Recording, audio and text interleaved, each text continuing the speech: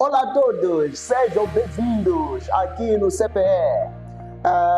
Hoje vamos trazer uma proposta de correção do exame 2025 da disciplina de Biologia. Para você que fez esse exame de Biologia na Universidade Eduardo Mondlane, na UEM, fique atento para saber onde errou, onde acertou, o que melhorar para os próximos exames. Atenção que o próximo exame é já no sábado, na Universidade Pedagógica, na Unimaputo. Então, sem perder tempo, vamos para a correção. Centro de Preparação para Exames de Admissão. O nosso compromisso é garantir uma preparação de qualidade. Então, número 1, diz o seguinte: que organismo celular está representado na figura ao lado? O organismo celular que está representado na figura ao lado chama-se aparelho de Golgi, ou ainda podemos chamar de complexo de Golgi. Por isso, número 1, a alternativa correta é B.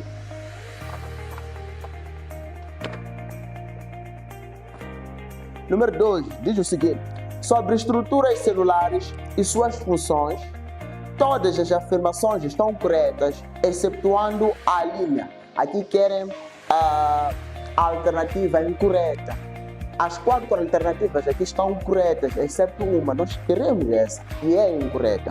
Então aqui vamos verificar, vamos ler a linha. Diz assim: as mitocôndrias existem nas células procarióticas, bem como em células eucariotas, e a sua função é a geração de energia. Muito bem, a função das mitocôndrias é a geração de energia, é a produção de energia, de ATP. Mas essa afirmação está incorreta, porque diz que as mitocôndrias podem ser encontradas ou existem nas células procarióticas. Isso está errado, isso não é verdade. As mitocôndrias são organismos celulares exclusivos dos eucariontes. É por isso a opção incorreta. Não precisamos de ler outras opções. É a opção A para número 2. Número 3 diz o seguinte: o movimento de uma substância do meio de maior concentração para o de menor concentração através da membrana semipermeável é designado por a passagem do meio de maior concentração. O meio de maior concentração chama-se meio hipertônico. Para o meio de menor concentração, que nós chamamos de meio hipotônico, através da membrana semipermeável. Esse processo chama-se difusão. Chamamos de difusão. Por isso, para o número 3, a alternativa correta é D. É D. Dando continuidade, 4. Assinale a ordem correta das fases da respiração celular. No caso aqui, querem a ordem correta das fases da respiração celular aeróbia, aquela que depende do oxigênio para poder ocorrer. Aquela que nós realizamos, no caso eu e você. Então aí, a primeira fase chama-se glicólise, a segunda chama-se ciclo de Krebs e a terceira chama-se cadeia respiratória. Então, número 4, a opção correta é a opção E. Vamos a seguir para número 5. Diz assim: a mitose é um processo de divisão celular que pode ser dividido em 4 etapas. Marca a alternativa que indica corretamente as etapas e a sequência correta em que elas ocorrem. Então, as fases da mitose. A primeira fase chama-se profase, a segunda fase é metafase, a terceira é anafase e a última, que é a quarta, chama-se telofase. É por isso aí a opção correta para esta pergunta é a opção E. Número 5, opção E. Ok, dando continuidade. Número 6 diz assim: o processo de divisão celular para a formação de gametas denomina-se. O único processo que está envolvido na formação de gametas, a formação de gametas caracteriza os organismos que se reproduzem sexuadamente. E o tipo de divisão celular que está envolvido para esses organismos nós chamamos de meiose. É por isso, para o número 6, a opção correta é a opção C. Ok, dando continuidade. 7.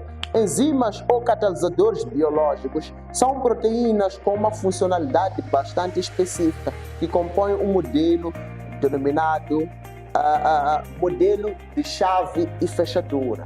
Esse é um modelo que explica o funcionamento das enzimas, ou seja, para que uma reação química possa ocorrer com maior rapidez, por exemplo, nos sistemas biológicos, ou seja, em organismos vivos, há envolvimento de enzimas. Então, as enzimas elas têm como função catalisar ou aumentar a velocidade das reações químicas. A enzima vai se ligar, juntar especificamente a um substrato, como acontece com a chave fechadura. As enzimas são altamente específicas. É por isso aí a opção correta para essa pergunta 7 é C.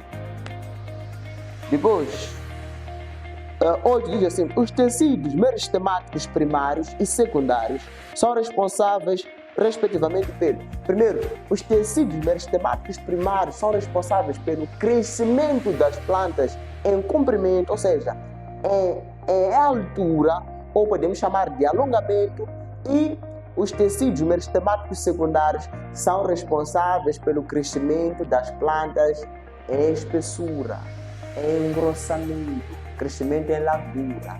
É por isso aí a opção correta para número 8 é a opção A. Vamos, número 9 diz o seguinte: as plantas são seres vivos de origem vegetal e um dos tecidos de suporte é...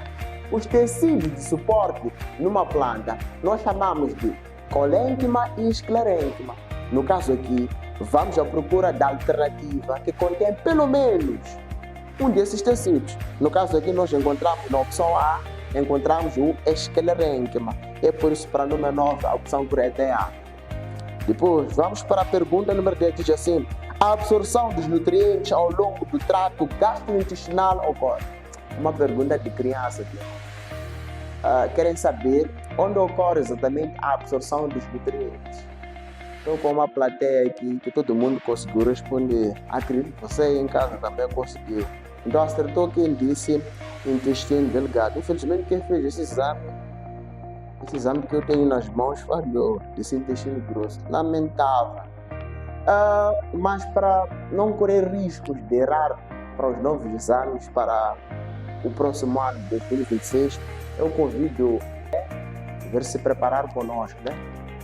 Tenho uma novidade: a partir do dia 4 de fevereiro arrancam as inscrições das novas turmas de preparação para o ano de 2025, para a temporada que vai levar esses estudantes à admissão em 2026. Então, se está a gostar da resolução, não se esqueça de colocar um like, comentar e ativar o sininho das notificações, o sininho aí, e também não se esqueça de partilhar para mais estudantes, para os que têm interesse em aprender na disciplina de Biologia. Não se esqueça de seguir as nossas páginas no Facebook, que é CPE, Projeto de Medicina, e também o nosso Instagram, que é Exame de Admissão MZ.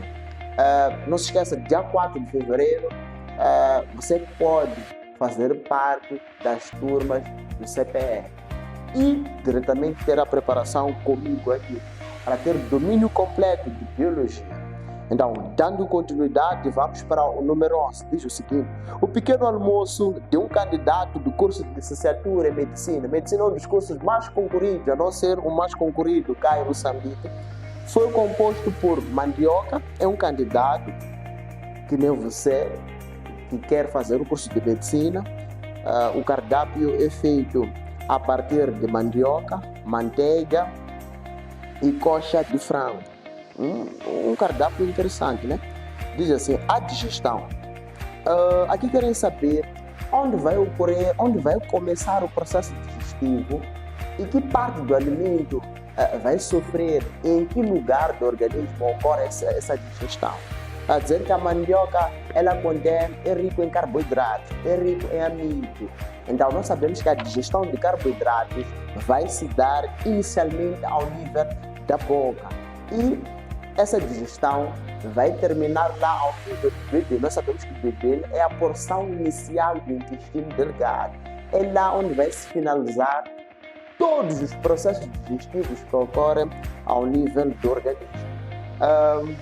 No frango nós temos lá muita proteína. Nós sabemos que a digestão de proteína inicialmente vai ocorrer ao nível do estômago e vai se finalizar ao nível do duodeno, lá no intestino delgado.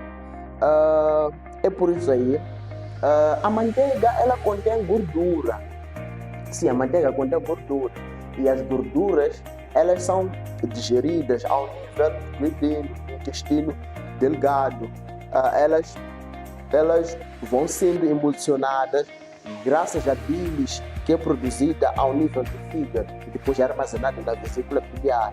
É por isso aí a opção correta para o número 11 é a opção C, que diz: da mandioca inicia-se na boca e a da costa de frango no estômago, sendo o papel do fígado produzir a bilis para facilitar a digestão de gorduras da manteiga. Então, para o número 11, a opção correta é C. Ok, dando continuidade, diz assim: qual das afirmações abaixo representa a respiração da minhoca, um dos representantes dos anelídeos? As minhocas, se eu por acaso sou vizinho cá das minhocas, as minhocas vivem em lugares úmidos por causa da necessidade de respirar, de obter um oxigênio para a produção de energia para a sua sobrevivência. O lugar úmido onde a minhoca vive facilita a sua respiração, pois as minhocas respiram através da pele. Então, as trocas gasosas ocorrem entre o meio ambiente e a pele. Diferentemente de nós, que as trocas gasosas ocorrem através, principalmente, a partir das fossas nasais e também a partir da boca. Ao nível das minhocas, é através da pele. Então, para esses organismos que respiram através da pele de respiração cutânea e que está indicado pela alternativa B, 12B. Diz, a respiração dos seres vivos é um processo de troca de gases entre os seres vivos e o meio ambiente. Nessa troca de gases, os anfíbios utilizam, quando nós falamos de anfíbio, a palavra anfí. Estamos aqui no número 13, palavra anfí. Ok. Anfí significa dois ou duas. Do grego, anfí significa dois ou duas. Bio significa vida. Então, literalmente, anfíbios são seres vivos que têm duas vidas. Sim, na verdade, os anfíbios têm duas vidas, porque ele, no seu desenvolvimento embrionário, vai apresentar dois estágios. Um estágio larval, que é um estágio inicial, naqueles primeiros anos de vida, e um estágio adulto, não é? Na fase larval, os anfíbios vivem na água. É o caso dos girinos, né? Os girinos, que mais tarde se transformam em sapo. Então, nos anfíbios nós encontramos o sapo, o rã, encontramos salamandra. O girino é a fase larval do sapo. E depois, mais tarde, uma vez que o girino vive na água, ele, quando passa para a fase adulta, passa para um ambiente terrestre e se transforma em sapo. Daí o nome de anfíbios. Então, e os sapos, rãs, ou seja, os anfíbios, eles têm a necessidade de viver em lugares pois possuem a pele para as suas trocas gasosas e também tem os pulmões que ajudam também nas trocas gasosas. Então nós podemos dizer que, em conjunto, os pulmões e a pele permitem as trocas gasosas dos anfíbios. É por isso aí a alternativa correta para o número 13 é a alternativa D. Número 14 diz assim: os componentes do sangue são líquidos e sólidos. Qual das afirmações representa a parte sólida do sangue? É assim, o sangue é formado por duas partes. Uma parte líquida, que nós chamamos de plasma sanguíneo, e uma parte sólida, que é formada por células sanguíneas. As células sanguíneas também são chamadas de elementos figurados do sangue. Então aí estaremos a falar dos glóbulos brancos, que são chamados de leucócitos, glóbulos vermelhos são chamados de hemácias, e por fim das plaquetas. Então a alternativa que contém esses elementos que acabei de mencionar está indicada pela alternativa D. Número 14 é D. Vamos para o número 15, diz assim: no processo de formação da urina, a reabsorção da água ocorre nós sabemos que a urina é formada lá dentro dos rins, exatamente na unidade básica estrutural e funcional do sistema urinário, né? Que nós chamamos de, ou outros rins que nós chamamos de nefrônio. O nefrônio ele é formado por um tubo néfrico e também por uma cápsula renal. Na parte da cápsula renal é onde nós encontramos a cápsula de Bowman e encontramos também o glomérolo de Malpighi. Depois temos o tubo néfrico, que vai ser formado por túbulo contorcido proximal e também será formado pela alça de Hale ou asa de Hale, e também vamos ter o túbulo contorcido distal e o duto coletor. Só que a absorção de água vai ocorrer principalmente aqui no tubo contorcido proximal e também na asa de Hale. Isso está indicado pela alternativa B, B. Ok, dando continuidade. 16. Qual é a denominação atribuída à unidade básica do sistema nervoso? A unidade básica do sistema nervoso nós chamamos de neurônio. Está indicado pela alternativa C. Número 17 diz assim: a propagação do impulso nervoso obedece à seguinte trajetória. Ok? As informações ao nível do sistema nervoso, elas são transmitidas através do impulso nervoso. Quem faz essa transmissão do impulso nervoso é o que nós chamamos de neurônio. E o neurônio é constituído basicamente por 3 estruturas, que são os dendritos, corpo celular e o axônio. E que a trajetória da condução do impulso nervoso, por coincidência, é essa que eu mencionei: é dendrite, corpo celular e axônio. Por isso 17 é D. Depois aí 18 nós temos a estrutura do neurônio, que é para fazer a legenda. Diz assim: assinale a afirmação correta referente à figura acima. Sim, a figura acima representa a estrutura do neurônio, da célula nervosa. É por isso aí, para número 18, a alternativa correta é a alternativa C. Vamos, número 19 diz assim: a legenda correta da figura acima é, no caso, a figura da pergunta anterior. Querem saber qual é? Aí nós temos número 1, 2, 3, 4 e 5. Número 1 indica o que nós chamamos de dendrite. Nós sabemos que os dendrites são responsáveis por receber informação. E também, número 2 vai indicar o que nós chamamos de corpo celular. O corpo celular também está envolvido na recepção de informações, mas principalmente no processamento dessas informações. O corpo celular é o centro metabólico. É onde vai ocorrer o controle, a coordenação de tudo o que acontece dentro da célula nervosa. E depois 3, nós temos a baía de mielina, que ela não está presente em todos os neurônios. Temos neurônios com baía de mielina e neurônios sem baía de mielina. A diferença é que um neurônio sem a baía de mielina vai conduzir com lentidão o impulso nervoso, enquanto um neurônio com baía de mielina conduz com mais rapidez o impulso nervoso. Depois, número 4, nós temos o que nós chamamos de arborização terminal. Eu costumo chamar de terminações axônicas. E o número 5 temos o axônio. E por isso, a alternativa correta para o número 19 é B.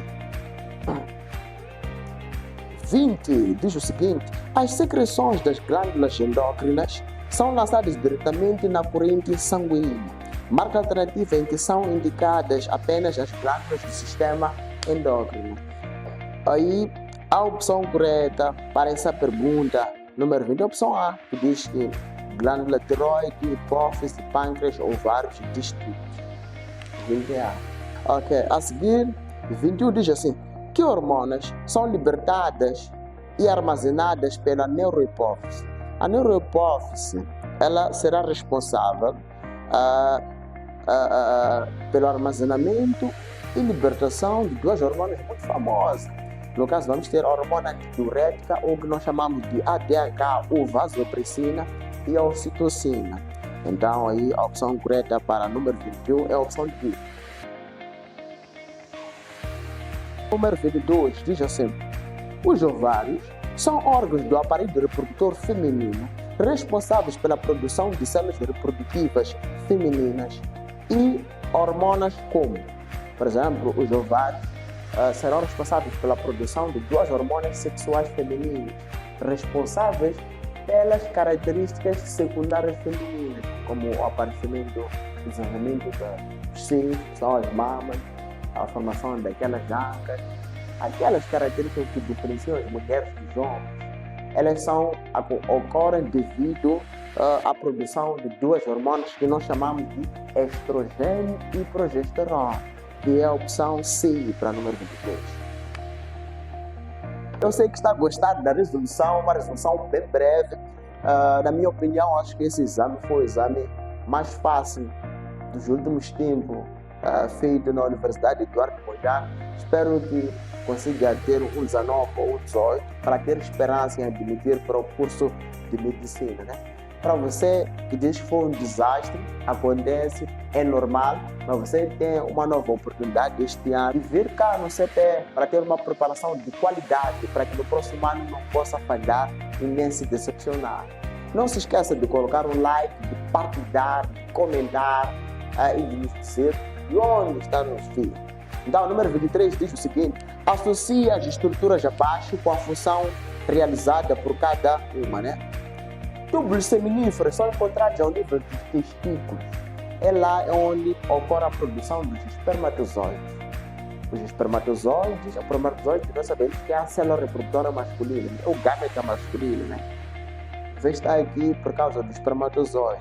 Ele é produzido ao nível de túbulos seminíferos e esses espermatozoides eles ficam armazenados ao nível do epidídimo e também ao nível das células intersticiais. Nós ocorre a produção da hormona sexual masculina, que nós chamamos de testosterona, que é responsável, por exemplo, do desenvolvimento dos pelos no seu corpo e também da barba, a entonação da voz do macho e também a musculatura nos homens. Então, essa hormona é produzida ao nível das células intersticiais que são encontradas dentro dos testículos.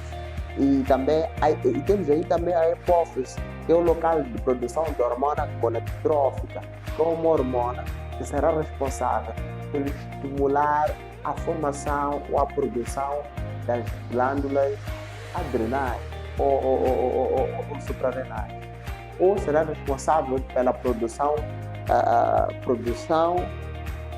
maturação, desenvolvimento das cônicas, que é então aí a opção correta para 23A.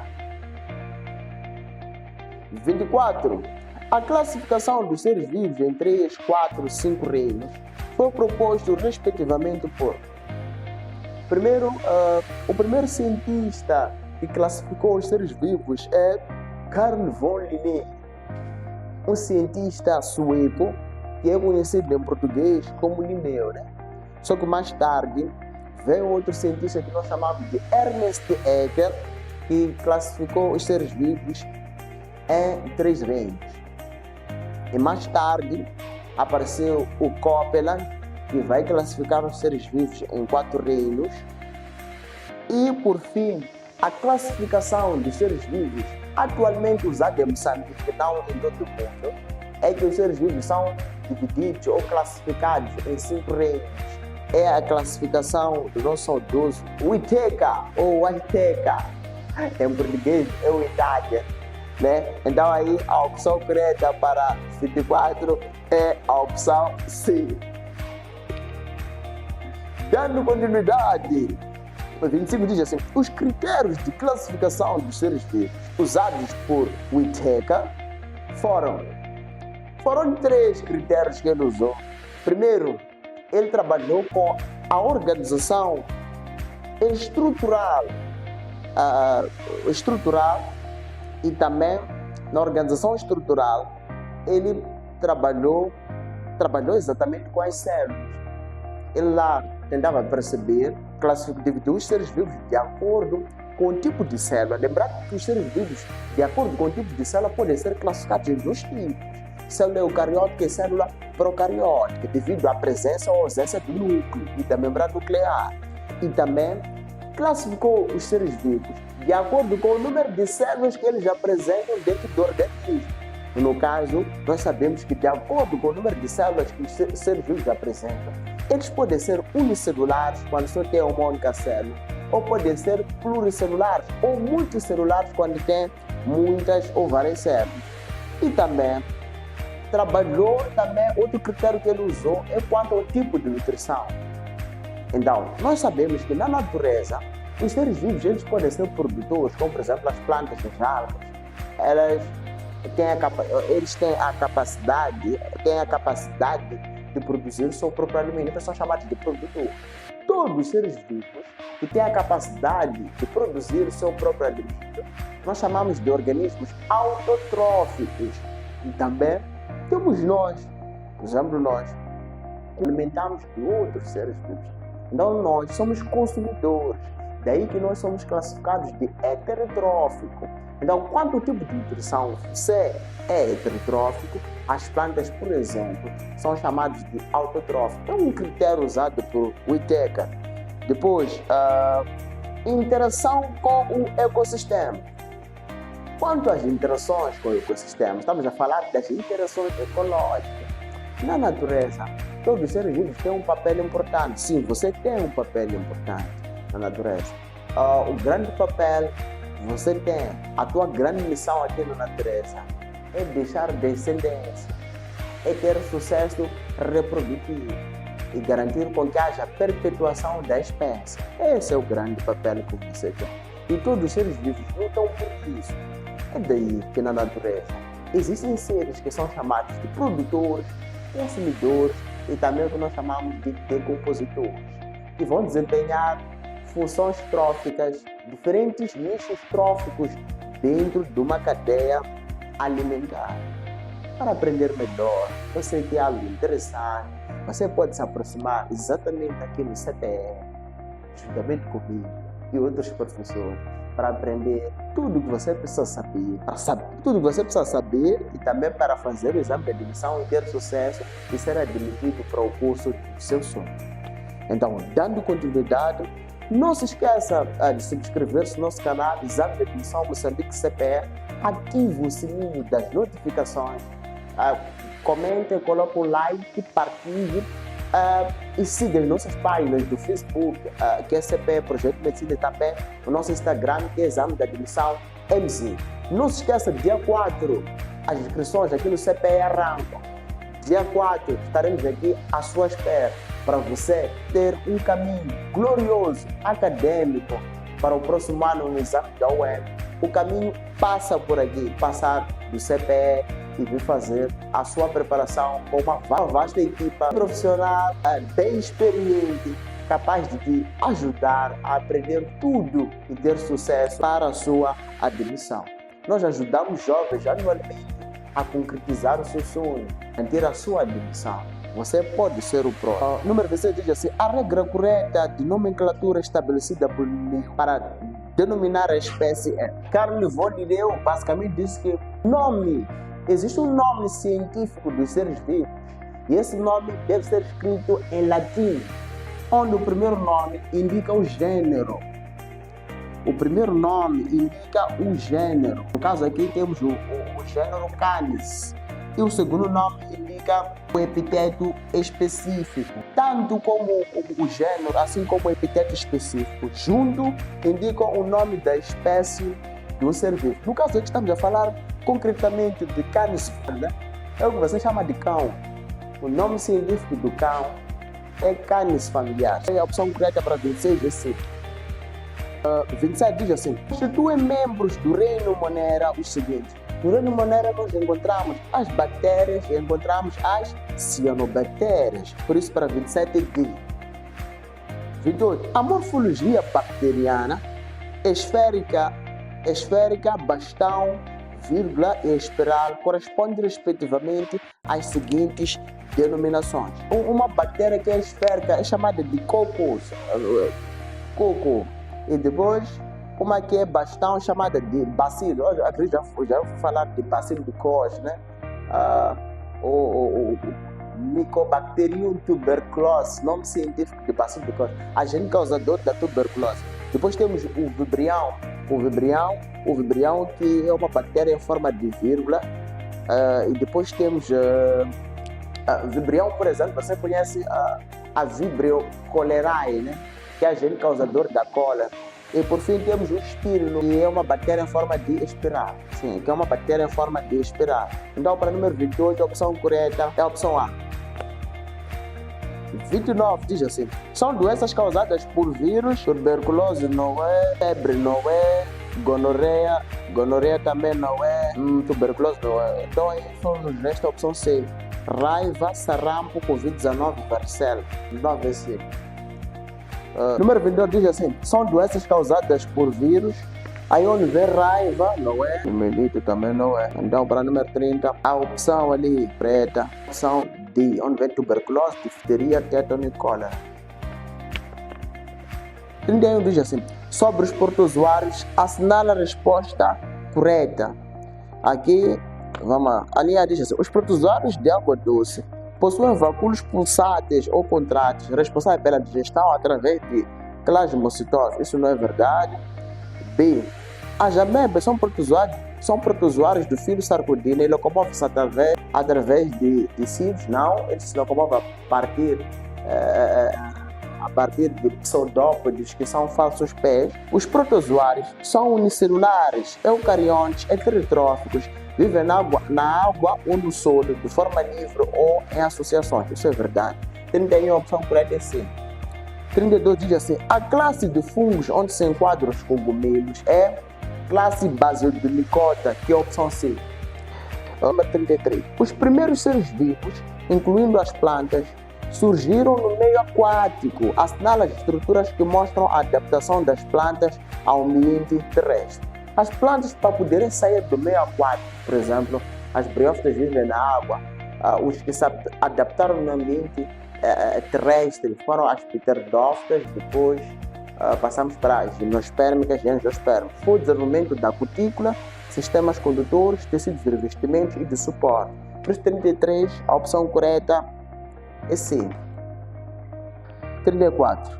A Taenia saliu e a Schistosoma mansoni pertencem ao filo Platelminthis e as características em comum são, vamos lá. Sim, os Platelminthis apresentam um tubo digestivo incompleto, ou seja, o organismo que vai apresentar um tubo digestivo completo, ou seja, é completo quando o sistema digestivo é formado por boca e ano, local de entrada e local de saída, e é incompleto quando você tem uma única abertura que funciona como local de entrada e saída. Isso acontece com os Platelminthis.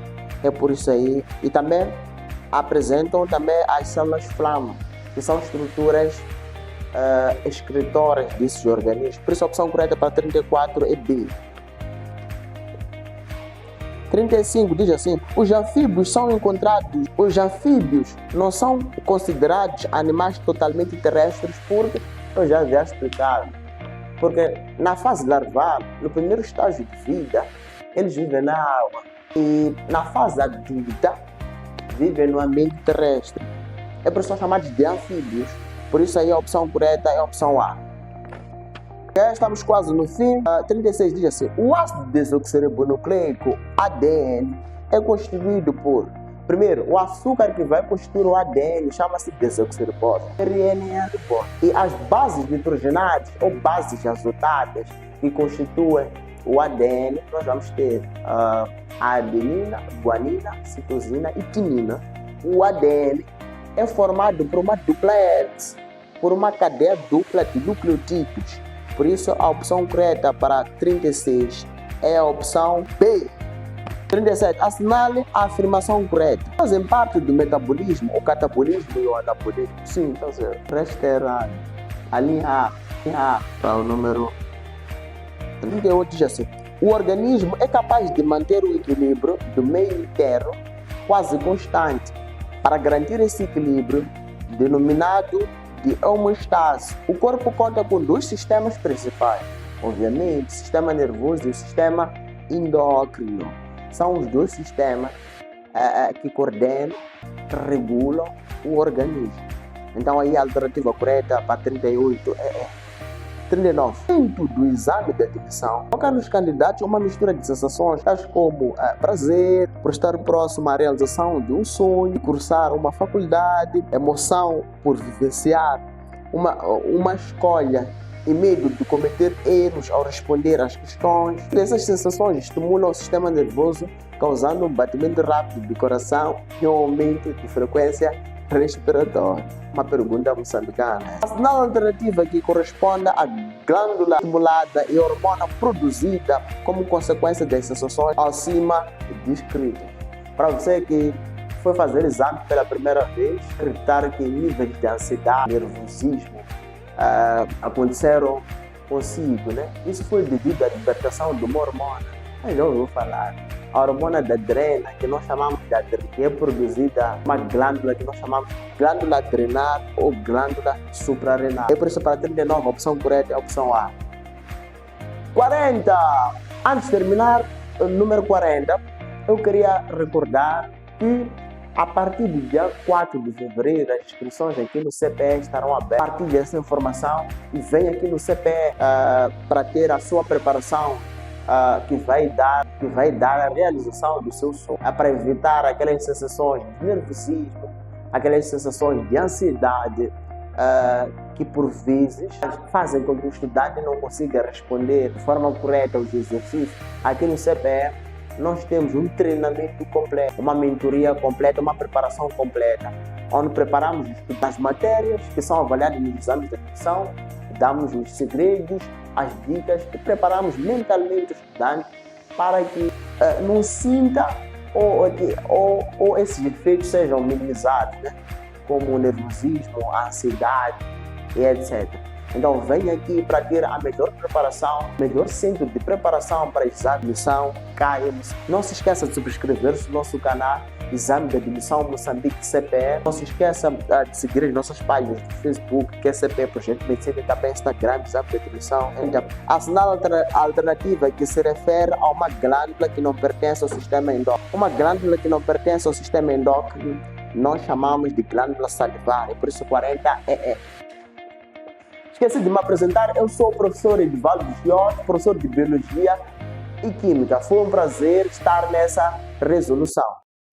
Estamos localizados no bairro 25 de Junho, Chopal B, na Rua da Mesquita, e no bairro de Intaca, Primeira Rotunda, Maputo. Ligue para o número 84 44 07 421 ou 87 94 07 421. CPE, Centro de Preparação para Exames de Admissão. O nosso compromisso é garantir a sua vaga.